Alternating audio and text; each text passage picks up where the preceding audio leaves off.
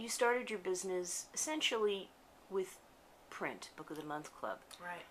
How do you think print has evolved or needs to evolve in today's cross-platform social media environment? Yeah. Well, I think most of us believe that new media channels or communications media channels, as they come along, with a few exceptions, tend to be additive rather than replacement channels. So as marketing communicators, we're all in a much more complex world. We need to understand the strengths, weaknesses, and best applications of each channel and apply it as best we can in an integrated way, because we know that our target audiences consume brand messages through a variety of media.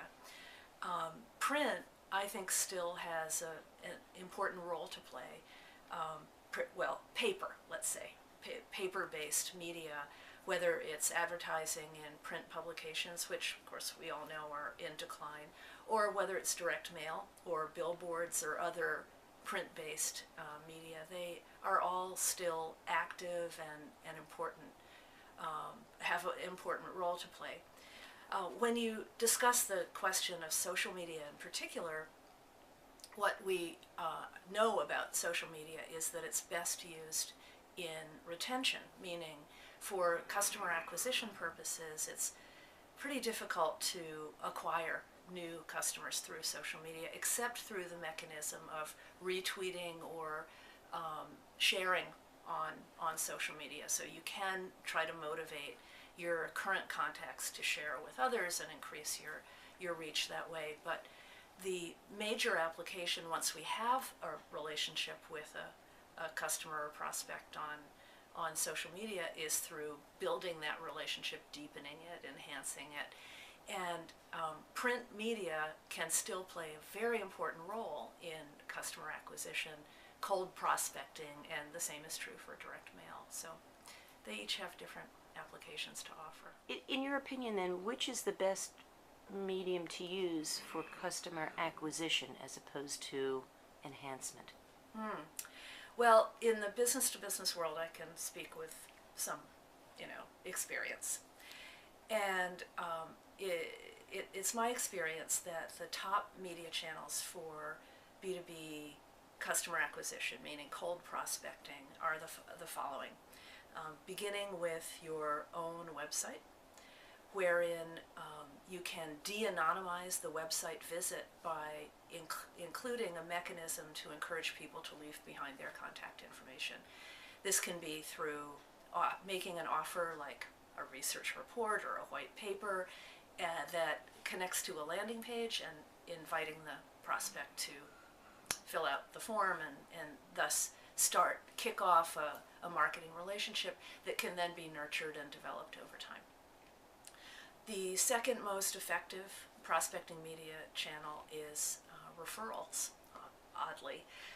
Motivating your current customers and those with whom you already have a relationship to refer others is highly effective in business to business. It's essentially a free media channel. The only problem is that you can't really build enough business through that channel as highly qualified and as low cost as it is to run or to meet your revenue objectives and the sales quota. So the most widely used and most effective scalable media channels are outbound phone, direct mail, and trade shows. And those three are sort of the workhorse media of the B2B prospecting world. Very effective. Social media can be an addition in all of those areas, especially in the B2B world. Social media is especially effective in lead qualification and lead nurturing. So in thinking about these different venues, more people are getting mobile phones, so it's hard for direct calling. And trade shows are sort of localized in that you have to travel here and there to make your presence. So I guess it's eventually scalable, but it sounds expensive. Would you say that there's another developing way of effective B2B that's national or international that's cost effective? Yeah, oddly, it's direct mail, believe it or not. direct mail world is so effective in business to business because the list industry is so mature. You can find any prospect that you want on a database somewhere. Database development in the business to business world is moving in very exciting new directions. For example, there are data developers now that are looking at I guess Facebook calls it the social graph of a prospect, and developing real-time prospecting lists for business-to-business marketing use based on actual online behavior of business people, which is different from the static B2B compiled data files that have been the bread and butter of outbound communications for many years. But to me, the thing that we have to keep in mind is that business-to-business marketers need to support a salesperson's sales quota goals, and that means we need cost-effective reach into usually very targeted media audience segments.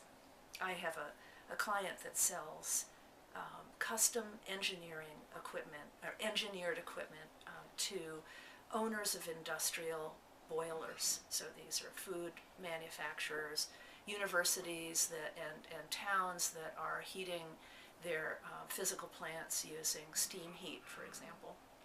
So this industrial engineering company only wants to talk to owners of industrial boilers around the world. And in fact, we were able to find a list compiled by the Environmental Protection Agency, because, at least in North America, because the owners of industrial boilers have to register their boilers with the EPA.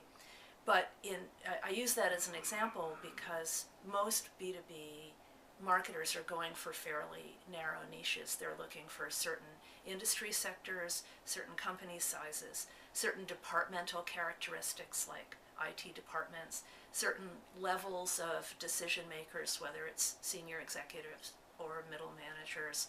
And those names tend to be available through either compiled data sourced over the phone or through the internet, and that information tends to be relatively easy to access. Now, you mentioned trade shows, and that category tends to absorb around 18 to 25% of the typical B2B marketing budget, believe it or not. Trade shows can be expensive on a cost per contact basis. They are the single most expensive medium available. But the power of a trade show relationship, or a relationship kicked off at a trade show, is so much higher than, or stronger than, one that was developed through the internet or over the phone or through the mail, because you have that face-to-face contact, that it tends to pay off on an ROI basis. And that's what we're all doing as marketers, is comparing media channels and different campaign options based on ROI.